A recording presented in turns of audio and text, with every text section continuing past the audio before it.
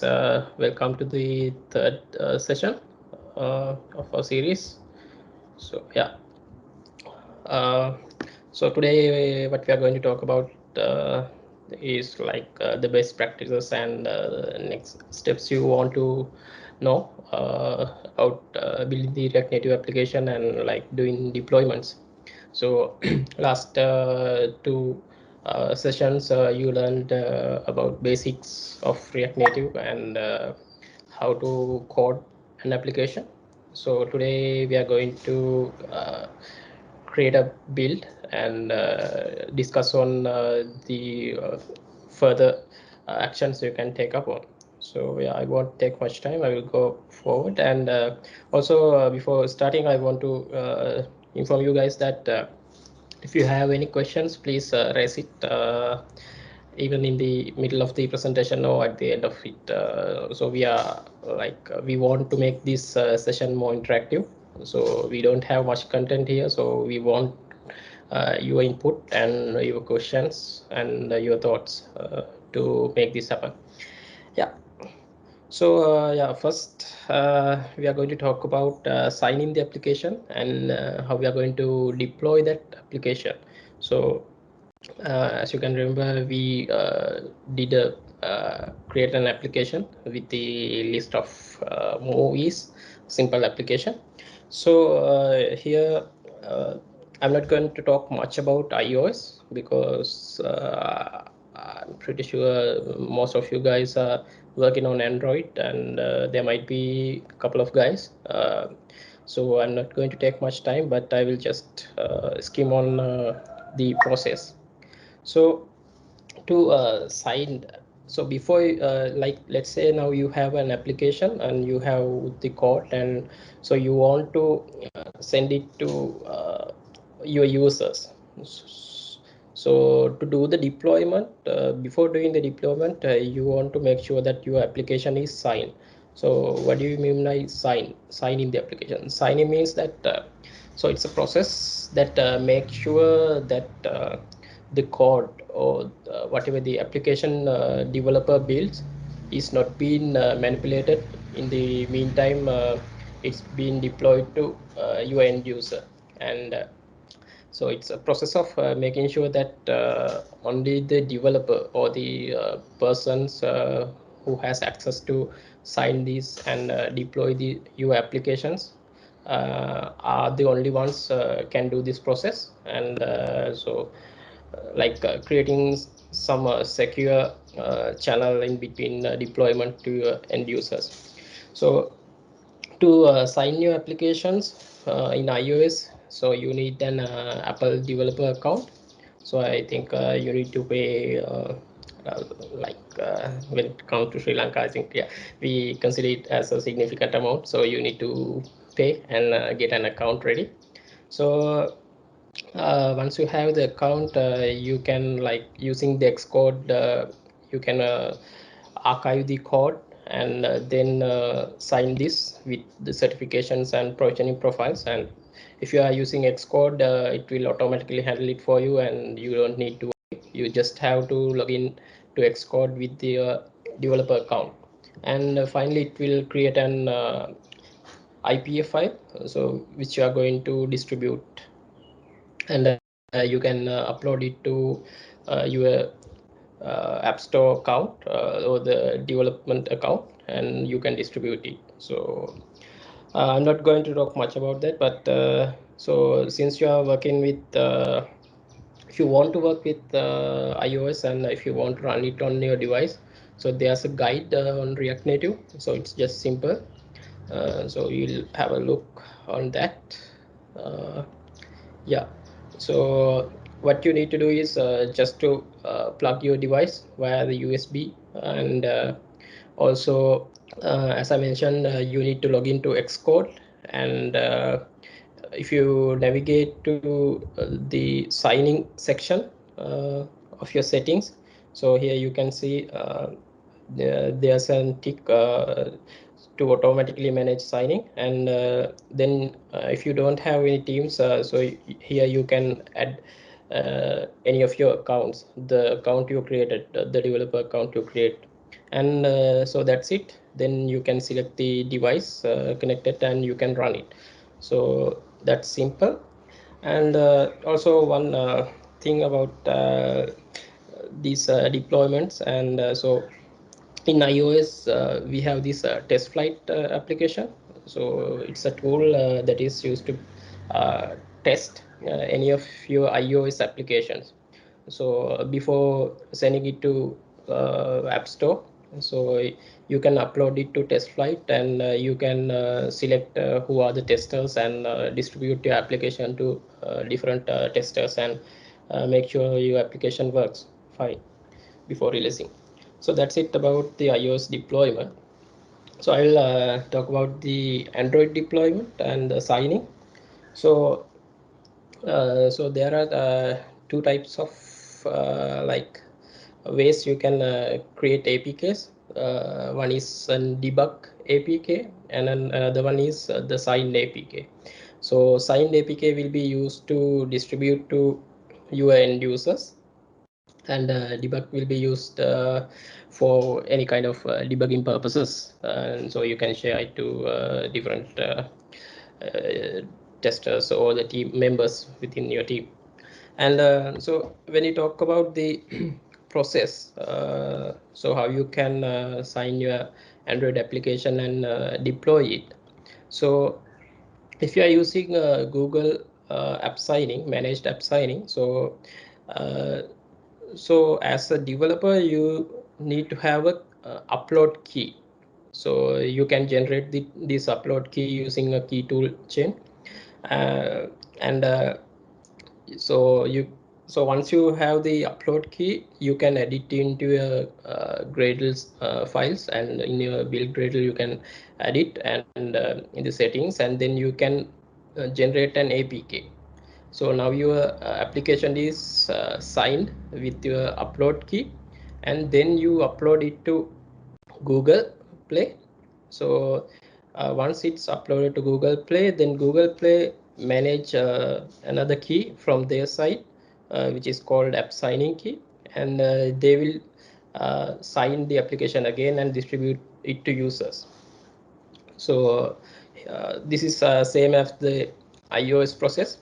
So in case if you lost your upload key, then you can ask Google to provide another upload key, and so then you can use that and sign the application and again upload it. So you have this information in the React Native docs. So how to sign the APK. So yeah, you go to that section. So it's just simple. So you need to create this upload key. So as I mentioned, you can use this key tool to create an upload key, and then you just need to add a few more steps, settings in your Gradle file, and also some more code lines, and then you can generate the APK. So yeah, so what I'm going to do is so as we all know, we created this application, like we code the application in last two sessions. So I have it here in my VS Code. So I'm in the main branch of it, and so what I'm going to do is now I'm going to generate the Android APK, the signed APK. So according to the steps, so what I want to do is generate an upload key. So I'm going to copy this, and so I'm going to navigate to Android directory, and inside the app, so I'm going to paste this one. Let's do this. So it asks for an password, so that should be securely kept with you. So I'm going to add a dummy password here.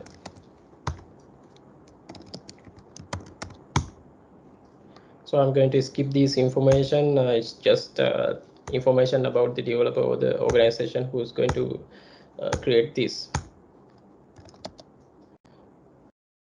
So if I well, before clicking yes, if I open the directory, so I went to Android, and inside the app folder, so here you can see the files we already have. And if I click yes, here if you are using the same password for the key store and the alias, so yeah, I'm going to skip this.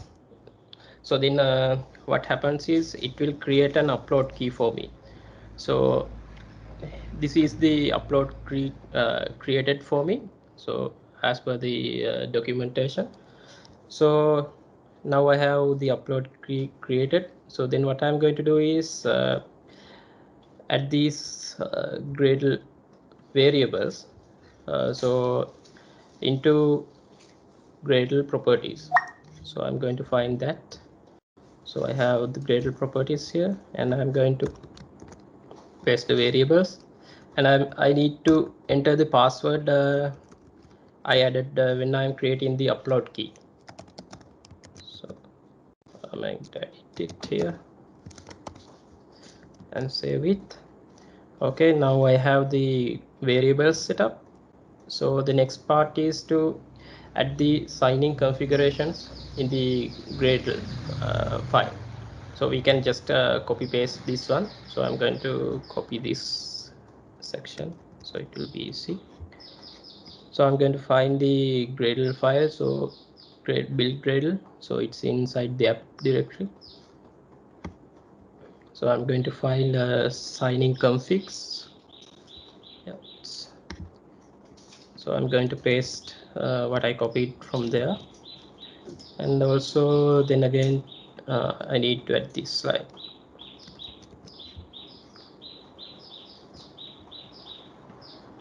So this line make sure that when we are building the application in the release mode, it will pick these release signing configs. So yeah, that's it. Then what I need to do is cd Android, go to Android directory, and I can run this command. So Gradle so bundle release. So here what happens when we run this command, so it will generate an AAB file. So AAB means Android app bundle.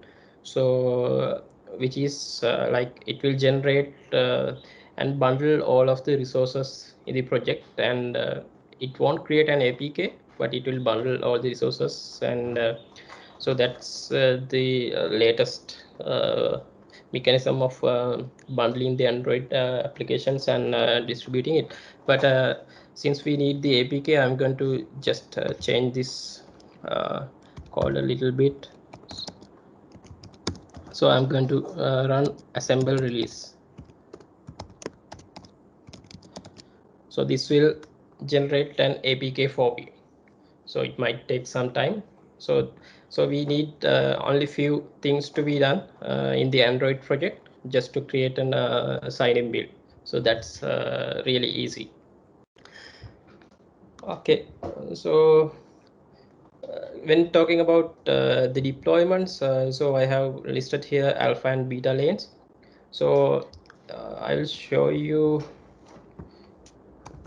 Google Play account. So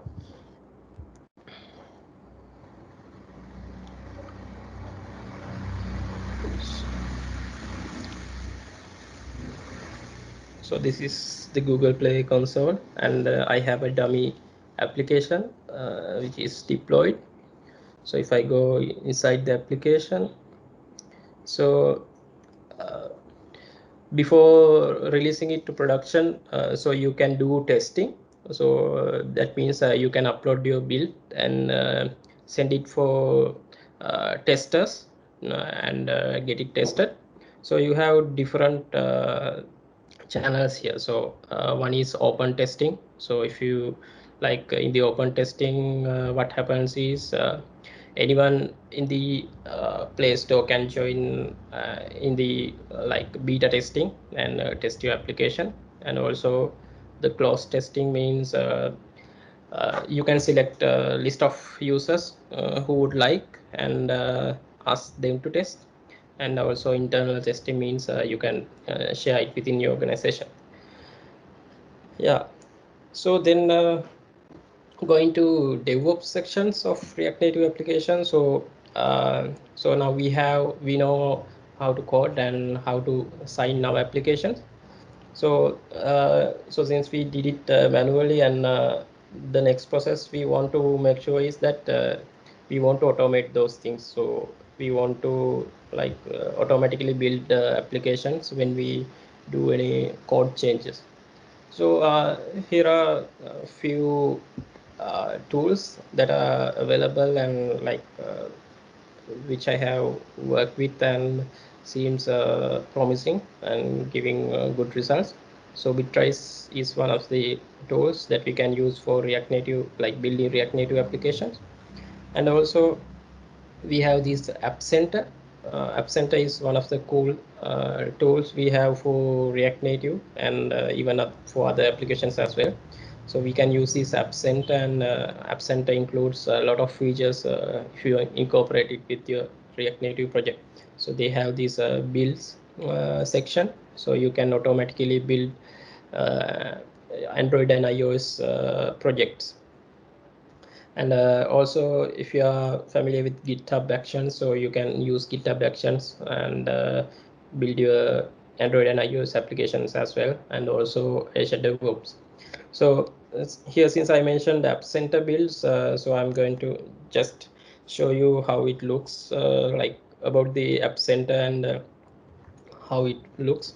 So App Center is a tool offered by Microsoft, so you can use it for free, uh, like for your applications, like just the basic features. But if you want more, you can get a paid version. So we are using this App Center for all of our customer projects, and I'm just going to show you one project. Uh, So in App Center, uh, if you incorporate an App Center with your React Native project, so you get a lot of advantages. One is this automatic builds. So you can configure your application with whatever the code repository, and so you can build and distribute your application once you do a code change. So here, like you can see, when we like when you do any code changes, it will automatically trigger builds and deploy it. So you can see the status, and if the build is success and fail. Yeah, going forward, we have app analytics. So what are the tools that we can use for getting analytics of your React Native project? So you can use Google Play and App Store itself to track analytics of your application. And also you can use other third-party tools as well. So you can use these Firebase Crashlytics, so you can identify any of production crashes. So like if you end user experiencing any crash in the application, so it will be automatically reported in these tools, and then you can identify what are the places, and so you can fix them. And also you can use absent analytics and also crash reports. So if you go to absent again, so here you have a section called diagnostic. So here you can see all the list of issues you are facing in the production, and any crashes, the warnings. So then you can get to know any issues in your production application. Yeah.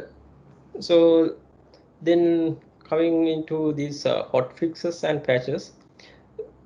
So let's say we have a simple application, and so we have a login screen, and we have a login button, and the text of that login button is being mistakenly added a wrong text there. So the letters are incorrect. and you have released it to production, and when users download the application, they will see a wrong text there. But you need to fix this, and it's urgent since it's the first screen of the application. So then you need to hotfix or send a patch to that version. So if you are using the traditional approach, so traditional means if you are using Google Play or App Store, then what you need to do is you need to fix that text change, and then you have to create your application bit sign, and then upload it to your App Store or Play Store. Then it will take some review process, because they are not going to just immediately release it to users. So they are going to review it, and it might take sometimes 1 day, or then it might take up to a week, and then it will be released to users. So it, like, if that bug is a business critical issue, so your company will have a lot of losses. So but when your application is developed using React Native, you get these advantages of hot fixing. And there's a tool called code push, which is again provided by App Center. So what you can do there is, so you have once you have an defect in application, you can fix it. Then you don't need to go for production or the public App Store releases. Instead, what you can do is you can update that fix or upload that fix to code push and code push cloud, and that will be instantly served to your users. So this is what's happening there. So you can use your App Center CLI or whatever tool, and you can bundle your application with the fix, and you can directly push it to code push cloud, and your end users can directly read it from there and get your application updated without waiting for the longer process via Play Store and App Store. So that's one of the advantages we get when we are building a React Native application, and we have the feature to hotfix it. Yeah. So going forward, we can improve the quality of the application as well. So with React Native, in the default template, we have this ESLint and flow setup. So you can use those to ensure that your code is okay, and make sure that there are no any issues. And if you are more interested, you can try out TypeScript, and rather using JavaScript. So you can like incorporate TypeScript and uh, make sure your application works fine. And also, uh, when talking about quality, you can have tests being written in your application. So you can write unit test, integration test, and so for that there's an documentation in React Native guides, so called testing. So if you go to this page, you will get a lot of good detail, and how to test, and what are the options available. So I'm not going to talk much about that, but you can do unit test and integration testing on the application as well. So you have this tool called Jest. So it's already been like, it's also by default implemented in the template as well. So you can use it without any configurations. Also, if you want to use end-to-end testing, so like if you want to test your application UI and automate it, so you can use these tools.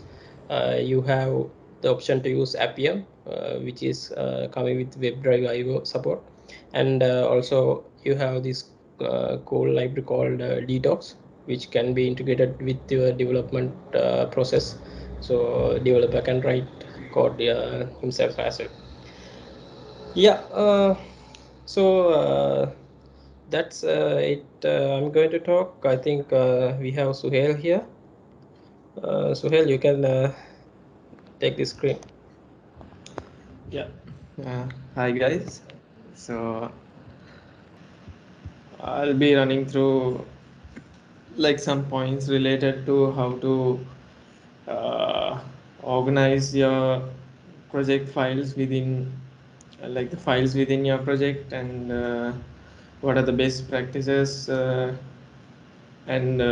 plugins and tools used to do this.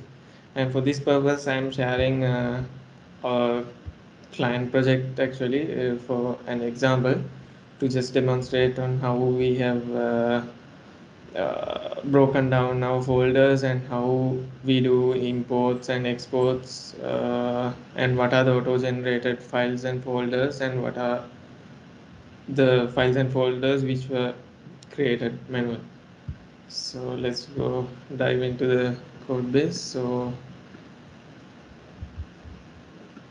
this uni our client project is uni economy React. So when talking about the auto generated stuff, I think except for the code push and the app folder, all the others are mostly auto generated stuff. So except for this lint.rc where we configure lint configurations and flow configs, and also the prettier configs and etc., and the reactor on config as well. So when looking at the folder structure that we followed within the app folder, we had we broke down interests into separate folders. Like for example, the actions for dispatching redux actions, we have it in a different folder, and assets related to fonts or icon related icon files, we have it in another folder. And also the shared components that we have, which are used in various parts of the application, in another folder. Also, under the containers, we have the main screens that we use, which are, for example, modularized. For example, inside about you have the about related files, and for example, there's customer invoice details, and then we have sub modules within it. We have broken down the screens in that way. And helpers, we have this internal service functions, basically for formatting purposes, for error handling, and other utils that we need in our application. So, and also the internationalization localization, which we have used in the app for translation into various languages. In this case it's English, Norwegian, and yeah, Norwegian, there's two dialects, so both of them, so those are JSON files. And the library which we have used is internationalization next, which is IE118 next. uh, so same with the reducers, sagas, and the navigation and the store as well, and the common styles, like proper common styles as well as colors, we have separate files. And when talking about like significant stuff like helpers related to imports, I can introduce you all to a particular library that we install, which is under the Babel plugin module resolver, I guess. So what this does is, now the typical way of importing and using components within a component is, let's say, let's go to a particular component, and within this you can see that the usual way. For example, now in this case, this particular unitex component, shared component, is imported from this particular shared folder which we have for components. This could be written in a more harder way, like import unitex and you can like navigate through the application to find out specifically where this particular file is within the folder structure of the project. So what this particular uh, library, which is Babel module resolver, it helps us and it gives us an option to uh, define aliases. For example, we can define an alias, meaning a path for the common component folder, which is this in this particular Babel config file. Let me show you.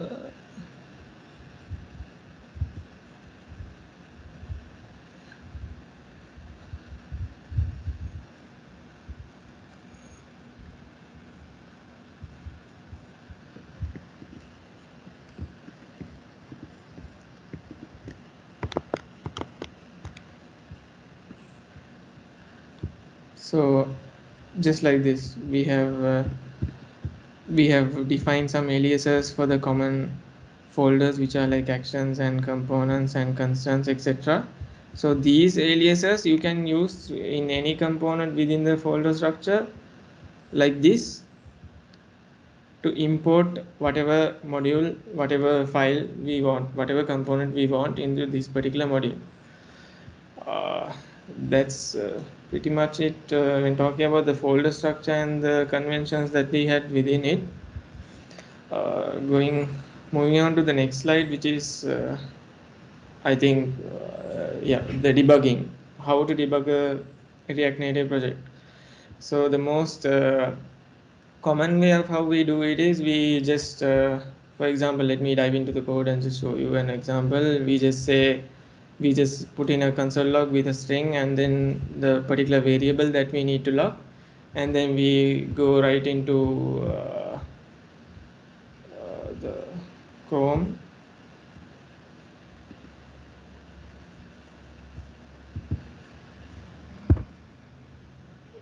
go into Chrome and go into the console pane of the navigation bar.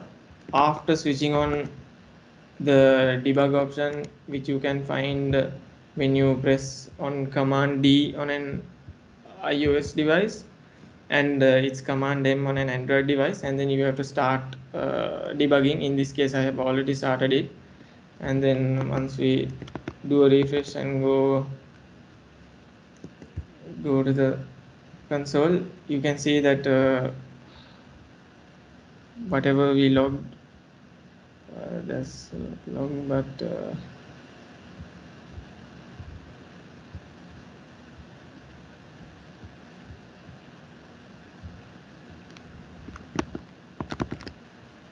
whatever we logged should be there.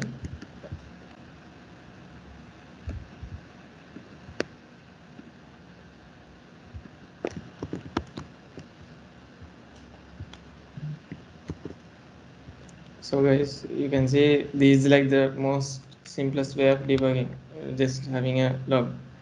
The other way is when we go into the slides, that using Chrome.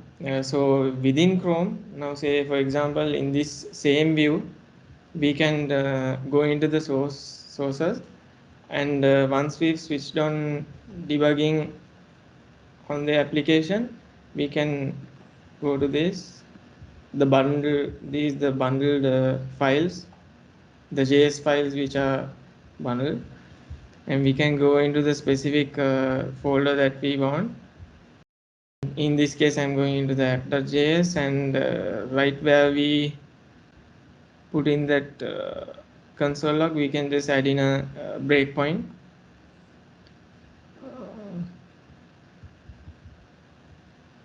Can just add it here, and once we go to the app and refresh it, so I added it to the did mount.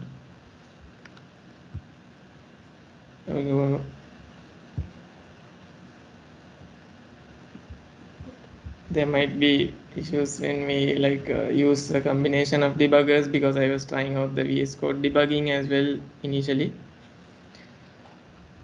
So once we do that, once we set a particular breakpoint here, it comes, and as you can see now it has hit the breakpoint, and we can just in case if there's a value right here, we can check for what that particular object value is or that param value is, and also we can resume from the breakpoint and continue on the app as normal.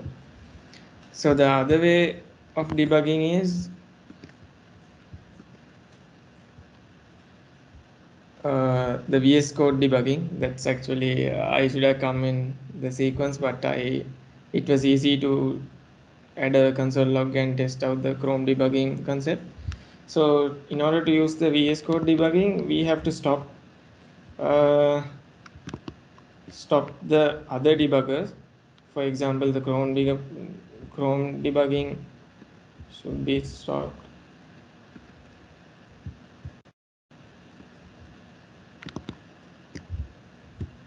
And when we go to the VS Code and go into this debug icon right here, we can actually, I have already created a config here for this particular project, which is React Native, which is a React Native configuration for the project Uni Economy React. In case you haven't added a configuration for debugging in VS Code, you can just add config for the particular folder that you want here, and then that what that will do is it will create a launch JSON file, and it will add the necessary debugging configs. For example, in this case, I have separate debugging configs for iOS and Android, as you can see. And since I already have the debugging configuration, I can just go ahead and you need to also kill the existing React Native bundler, because VS Code automatically creates its own bundler and runs it on the whatever simulator that is open. So when I run on this, you get all the controls in VS Code itself rather than having to navigate to Chrome.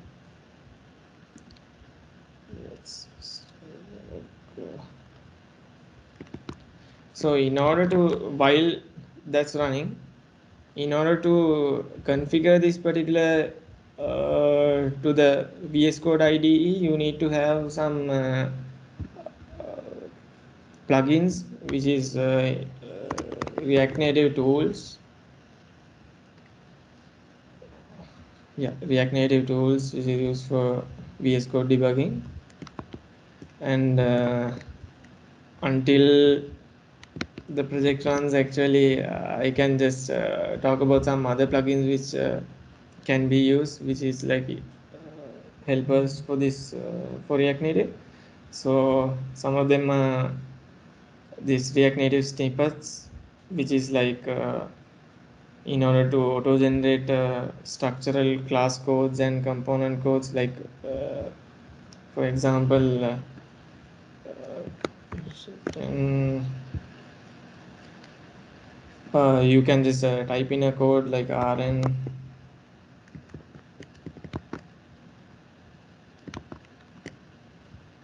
type in a code which is mentioned in this React Native snippets, and generate structural like structured formatted class component codes by default.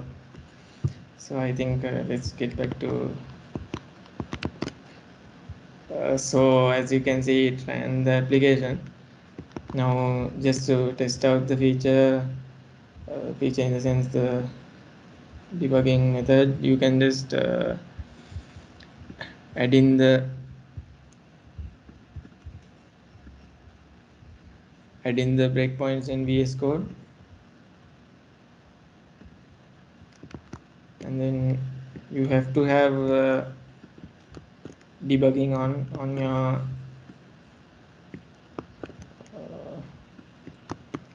on your simulator. Let's see whether we have that on, because I switched it off.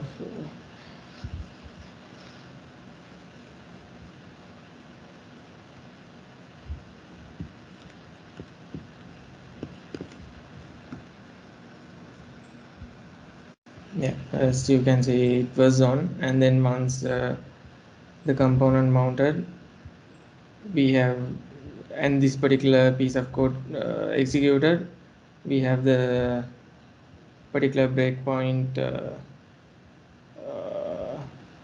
stuck to, and we can like hover it and see what are the values in this particular object. So it makes life easier, like using this you can just on the go add in what do you call breakpoints, and like you can have a more insight of how a particular what's the sequence of the execution actually, rather than having about 10 console logs within the code and having to see like which log fires first in order to like get an idea of the sequence. As usual, as you can just play as well and then continue your work. So let's try out some other tool for debugging.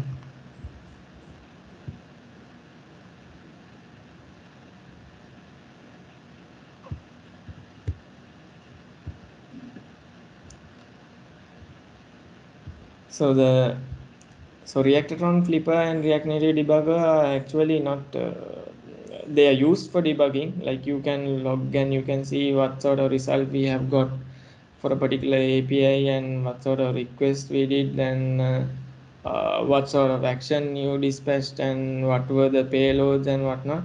So these are actual tools, the desktop applications used for debugging React Native. So let me just dive into it. So this is Reactor-Tron. So in Reactor-Tron, for Reactor-Tron, actually have to configure Reactor-Tron separately, so that you have to add some integration to have the reducers to be uh, displayed in this view. For example, these are the values which are there in the store. So for those you need to do uh, some plugin installations, which is React Native Reactor-Tron, which can be uh, installed, and then there's small set of code to be written to configure. And once we do that, we can actually see what's in the global state of the application uh, seamlessly actually, like these values. And in the timeline section, what we have is the actions, meaning like the API calls which were made and what were the responses for it, and what were the request headers and what was the request like, and also some controls for uh, easy copying and sharing methods of the particular request itself. It also gives some information about some actions dispatched as well.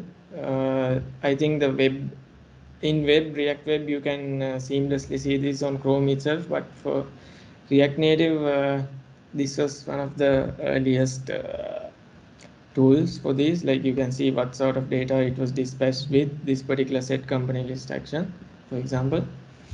And it works for Android and iOS as well.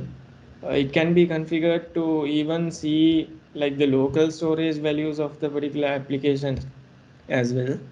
So I think that's about it about Reactor on. So moving on to the next one, I think that's Flipper. So Flipper was introduced to React Native from React Native 0.62 onwards.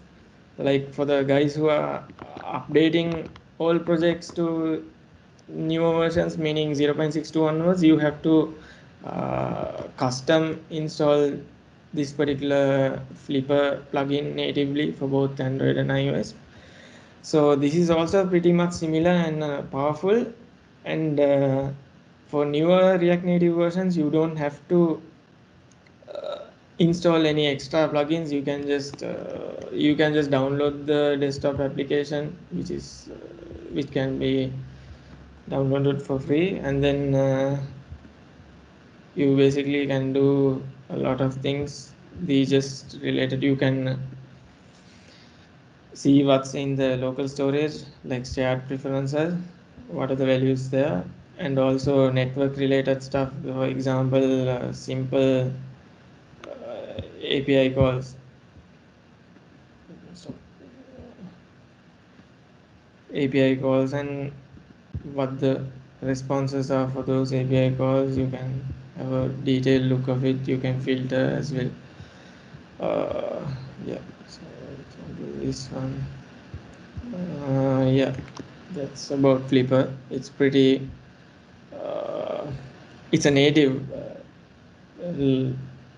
tool actually. It's pre-configured by React Native. So let us move on to React Native Debugger is also uh, another tool just like uh, React to run actually, where you can, so these are like the options that you have in case one fails, in case one has some sort of limitation, you can resort to the other one. So in this also you get all details related to uh, related to the application. But there are small catches, like for the React Native debugger to work now, say as you can see, it doesn't give out any values because this particular version of the app running uses the VS Code debugging. So there are clashes, like for this particular uh, application to work, you need to have the Chrome debugger. You need to stop, as you like what I did, you need to stop the other debugging method and use Chrome debugger. It's a bit slower. Chrome debugging is anyway slower. Uh, so as a prerequisite for this, you need to have the debugger enabled. But for Flipper and Reactor1, you don't need those. You don't have to switch on debugging in React Native on the application. You can just seamlessly debug your application and check for logs, which is a big advantage because usually the application gets slower when we switch on debugging. I think that's about it related to debugging in React Native. Let's move on to the slide, which is some important points and tricks when you're working on the React Native stack, especially like the React concept, I would say. So the first point that I would like to say is like there's a uh, huge argument, I would say, not an argument, but debate on whether context API is better than Redux or not. As the answer, same as the answer from Google you get, it depends on the scenario. But let me just explain on how different these two works. Like during that particular previous Redux uh, session that you all had, uh, so in each component, for example, let me go to this code on the bottom. Say this particular component, if it is subscribed using this particular connect method to the store, only this uh, only say in case if this particular store variables which are user and company updates, will this particular component update. So there's somewhat of a control in this, like a file specific control, like you can choose whether to add this particular connect method to a particular component or not. And there's another concept called selectors in Redux, so it gives a more added advantage on like selective re-rendering.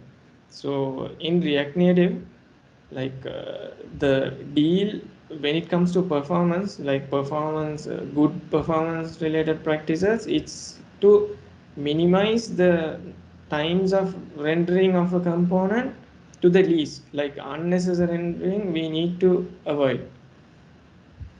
So so in Redux, we have that option to subscribe a particular component using the connect method and choose whether to update the particular component, say if a store variable updates or not.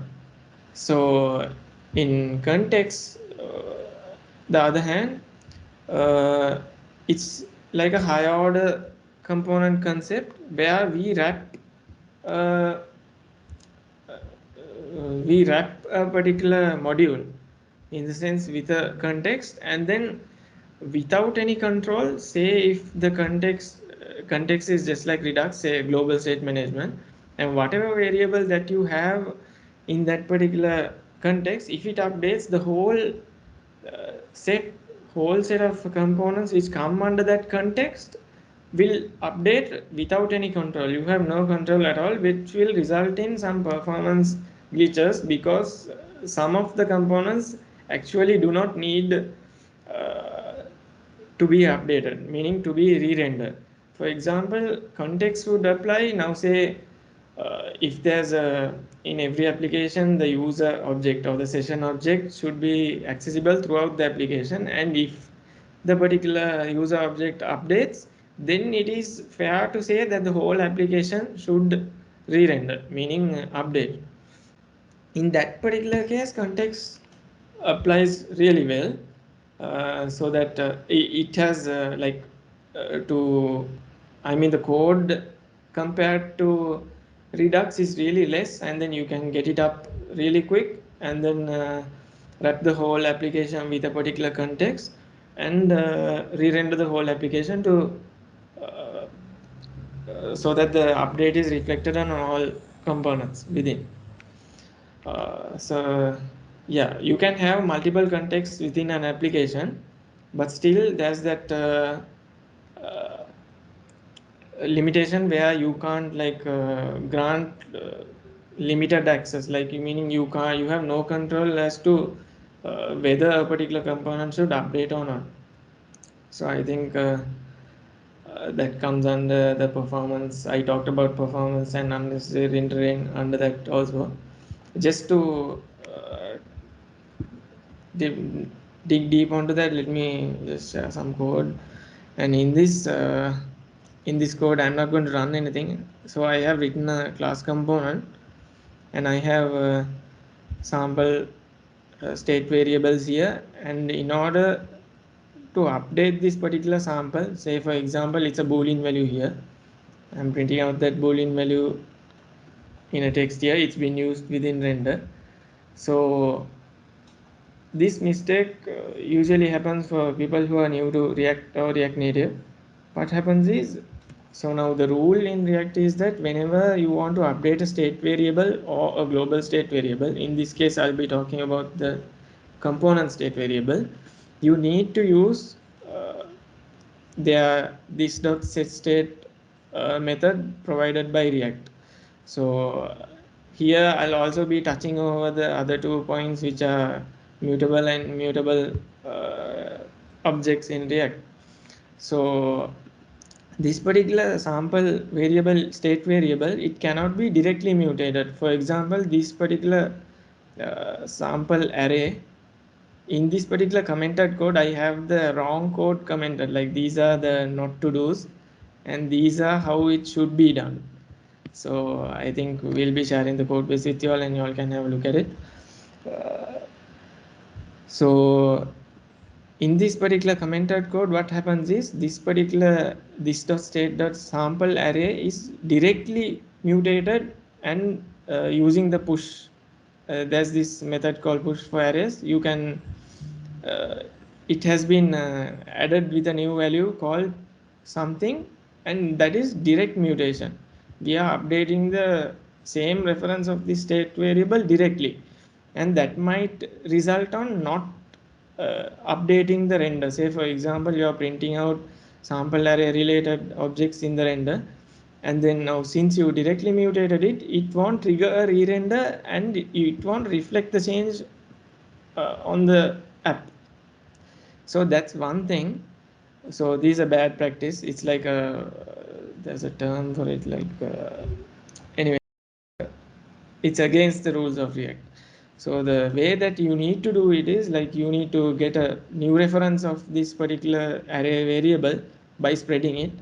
This spread function gives out a new reference of the state variable and assign it to a new variable, and then push the new value to the new array and then set state it. Like using this set state method, you update this particular sample array variable in the state, which will in turn reflect on the particular UI, because render cycle goes like usually it's always forgotten or mistaken, because rather than using like so the rule is don't use set states within the render method.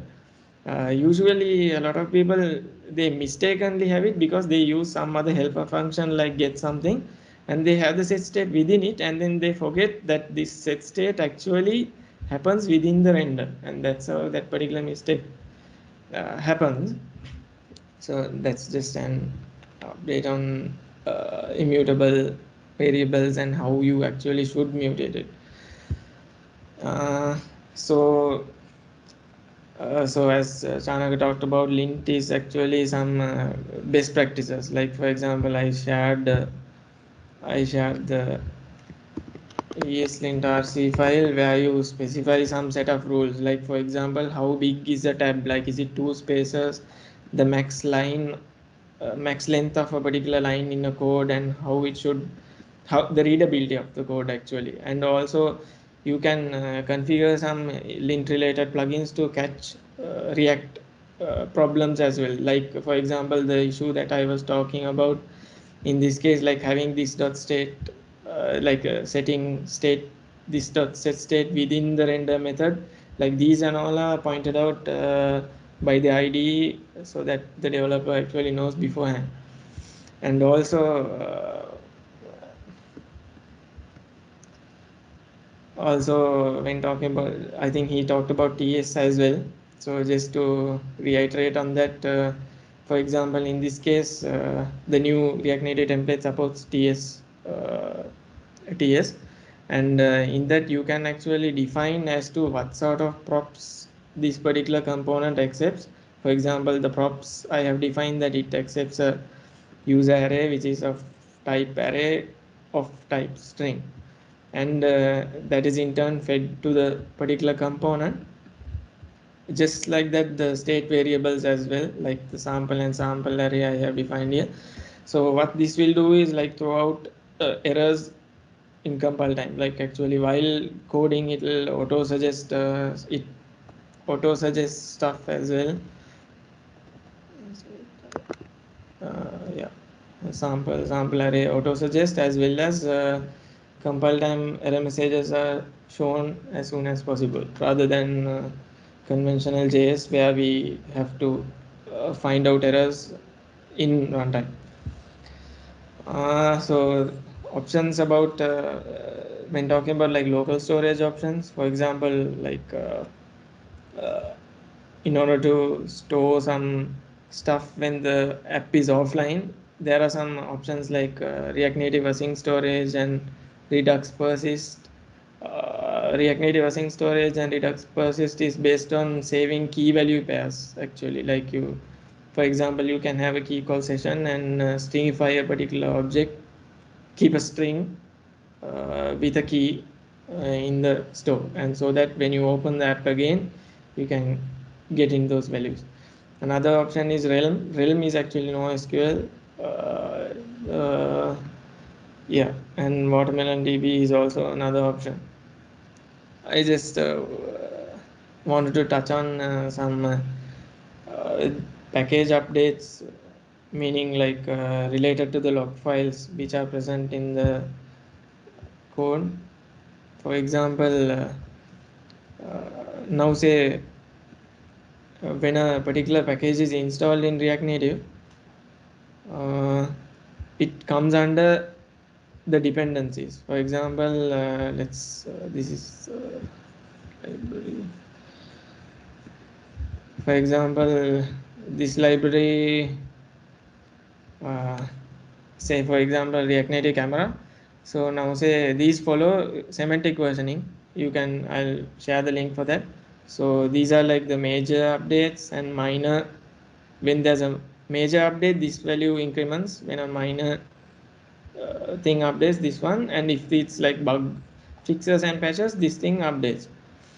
So in order to uh, avoid situations where so another thing that I need to add about these log files is that uh, like it comes, some libraries come with this up arrow, which means that if there's a new update for this particular library, meaning patches, bug fixes or patches, it will automatically update on npm install or yarn.